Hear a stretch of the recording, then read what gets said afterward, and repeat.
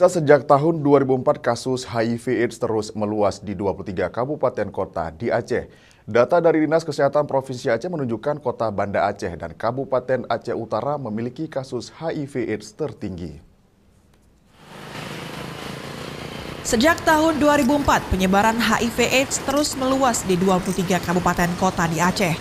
Penyakit yang menyerang sistem kekebalan tubuh ini biasanya disebabkan oleh seks bebas, penggunaan jarum suntik secara bergantian, transfusi darah dari orang yang terinfeksi, serta penularan dari ibu terinfeksi virus pada anaknya.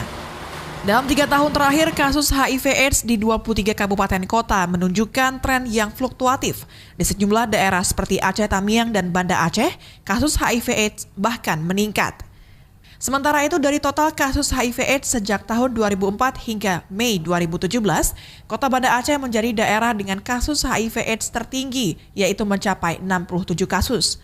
Selanjutnya, Kabupaten Aceh Utara dengan 66 kasus dan Kabupaten Aceh Tamiang 55 kasus.